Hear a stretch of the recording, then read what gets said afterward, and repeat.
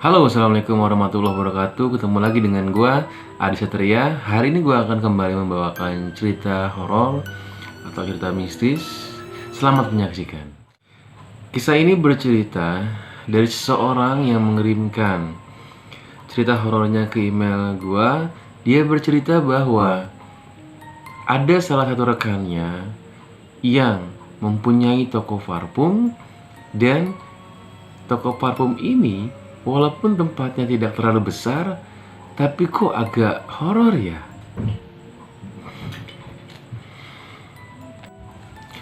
Ceritanya dimulai dari Intan, salah satu pegawai di toko parfum tersebut.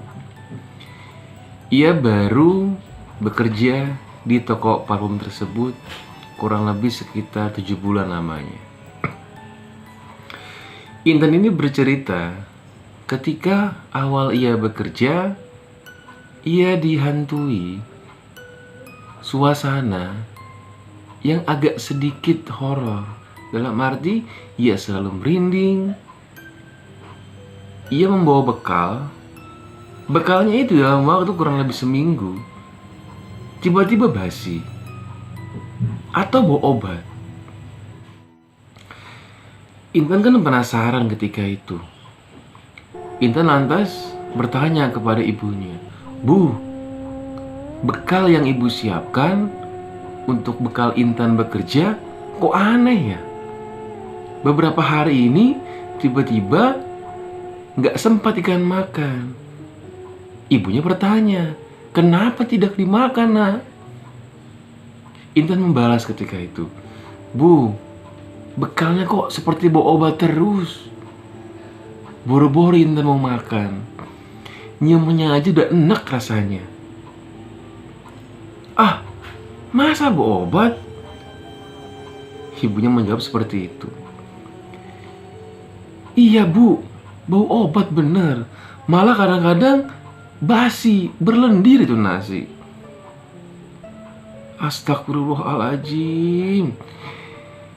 "Intan, kok bisa begitu ya?" Seluruh ibunya seperti itu kepada Intan. Suatu hari, ketika tepat di malam Jumat, Intan itu biasa duduk bersender di bangku yang agak santai, yang bisa senderan sambil nonton TV. Tapi TV-nya tidak ditonton, malah TV yang menonton Intan ketika itu. Intan sibuk bermain handphone terus ketika itu. Di depan Intan itu ada kamar mandi kecil yang ditutup rapat ketika itu.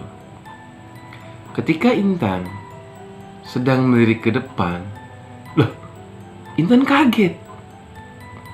Di depan Intan ini muncul sosok seorang perempuan.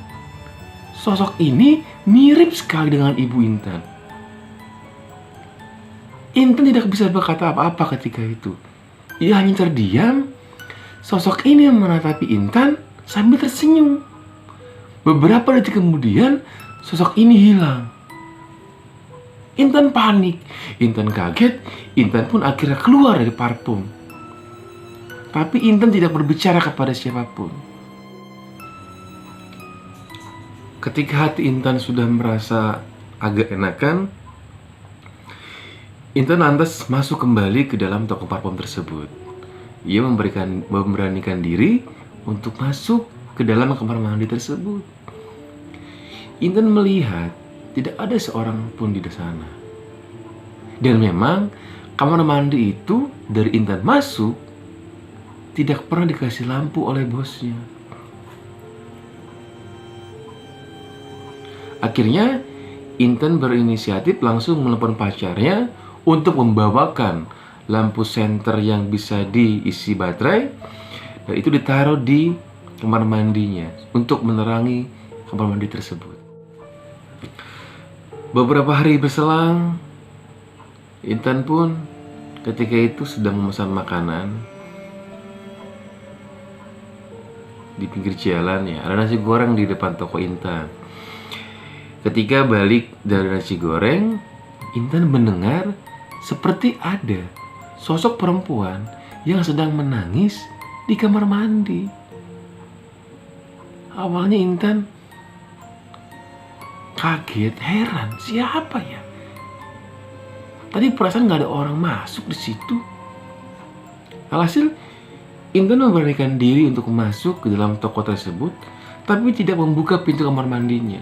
Ia biarkan sosok itu menangis sampai akhirnya pun sosok itu tidak menangis kembali.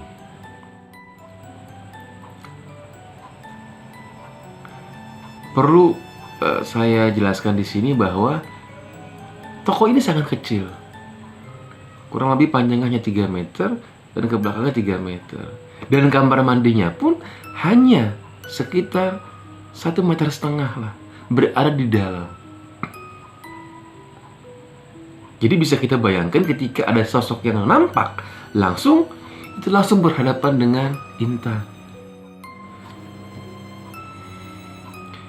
Ketika itu ada customer datang.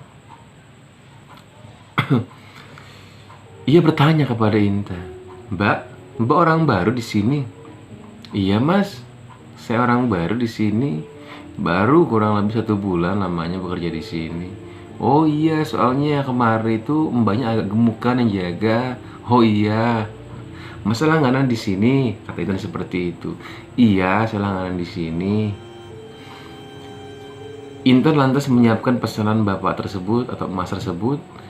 Tapi Intan penasaran, kok bapak ini selalu menatap ke dalam kamar mandi gitu loh, ke arah kamar mandi gitu loh. Intan bertanya, "Pak, maaf, ada apa? Kok ngata ke situ mulu?" "Oh enggak deh, enggak Mbak. Saya hanya penasaran aja. Seperti ada yang ngeliatin saya ngintip gitu di kamar mandi." "Ada teman Mbak di kamar mandi?" "Oh nggak ada, kok nggak ada siapa-siapa." "Lah, itu siapa Mbak?" "Oh mungkin bapaknya salah lihat kali." "Iya, saya melihat kok dia ngintip tadi di kamar mandi." "Oh Pak, jangan begitu dong, saya jadi takut nih," kata Intan seperti itu. Intan ketika itu libur selama 2 hari karena mendapatkan jatah libur. Dan ketika itu keesokan harinya Intan sudah mulai masuk lagi ke dalam toko parfum tersebut untuk berjaga.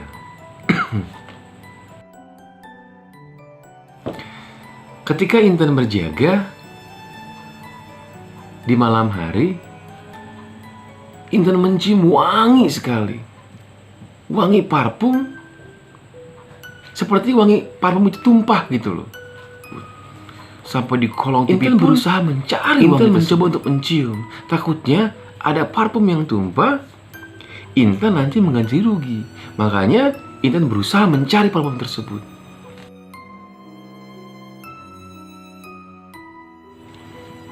Hampir sekitar kurang lebih 10 menit Intan mencari wangi parfum itu. Intan sudah menelusuri semua botol-botol parfum, tapi tidak ada yang pecah atau tumpah. Sampai ketika Intan penasaran, di kamar mandi, ini kok sepertinya di sini nih nyengat banget wanginya gini.